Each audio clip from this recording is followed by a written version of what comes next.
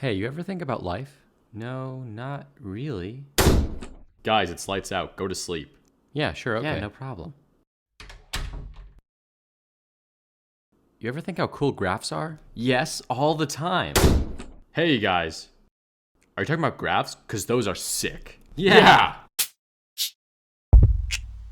Howdy, partner. What brings you around these parts? Okay, I'm not gonna do that.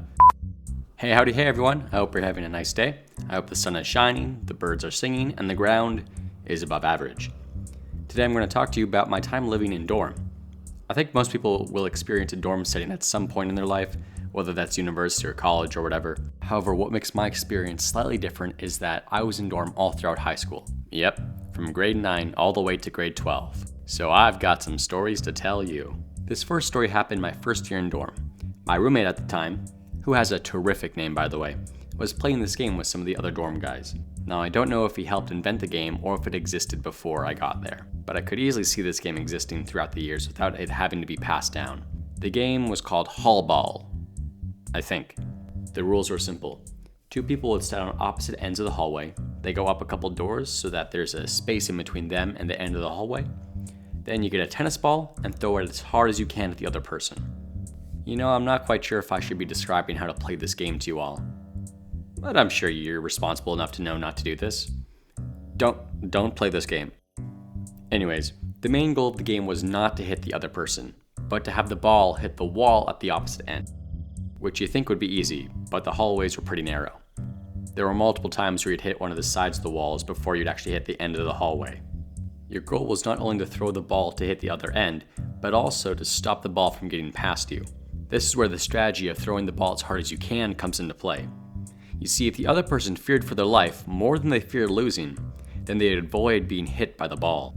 So really, you just gotta throw the ball really hard and hope that they get scared so they move out of the way. The game was kind of fun, but also pretty frightening, and caused not only physical pain, but often damaged the ceiling tiles, which were made out of some sort of weak foam-like material. Like one time, one of the guys was walking down the hallway and just decided to jump and punch one of the tiles, and it just broke, leaving a hole in the ceiling for at least the rest of the school year, if not longer. My next two stories come from the annual dorm trip. Every year the dorm would raise money by doing different things like cleaning the rink after an event to go on a trip in the spring. Oftentimes they were a camping trip in Banff, BC. Beautiful place, highly recommend going there. But to get to our destination spot, we would have to travel from Nowhere, Saskatchewan. Wait, is that a place? Hold on, I'm just gonna... Okay, it looks like it's not an actual place. Yeah, so we'd have to go from Saskatchewan to BC. So we had a fun road trip. While on the road trip, there were a couple games we'd play. One of those games was called Mine. It had very simple rules. If you said the word mine, you'd have to do 5 push-ups at the next rest stop. Easy. However, one time... Okay, before I tell you this story, I gotta explain I wasn't there. The dorm had to take multiple vans and sometimes even a couple cars to drive everybody there. So this didn't happen in the vehicle that I was in. It happened in someone else's vehicle. So back to the story.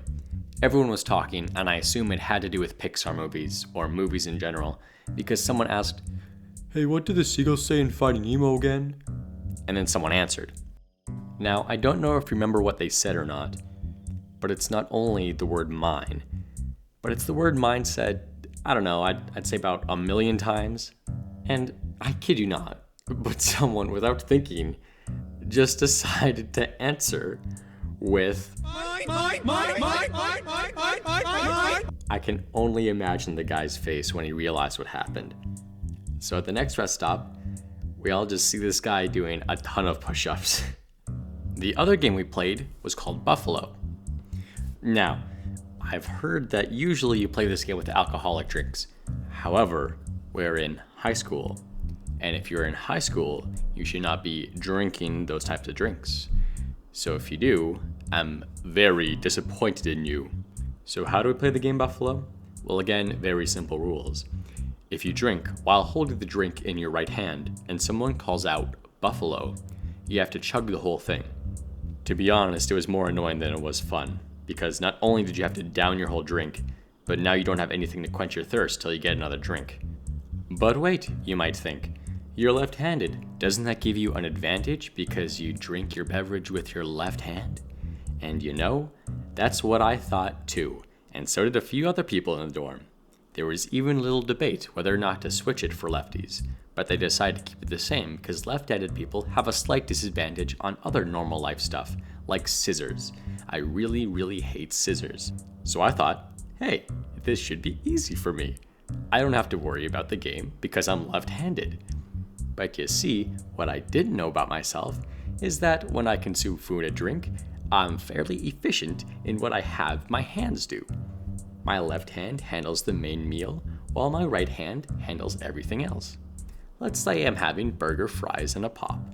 My left hand holds the burger, while my right hand handles the fries or the drink. At the time, I didn't realize that I did this, but I think it's fairly efficient because I don't have to set down my utensil or whatever I'm holding in my left hand to take a drink. So, we had stopped for lunch at a Rotten Ronald's.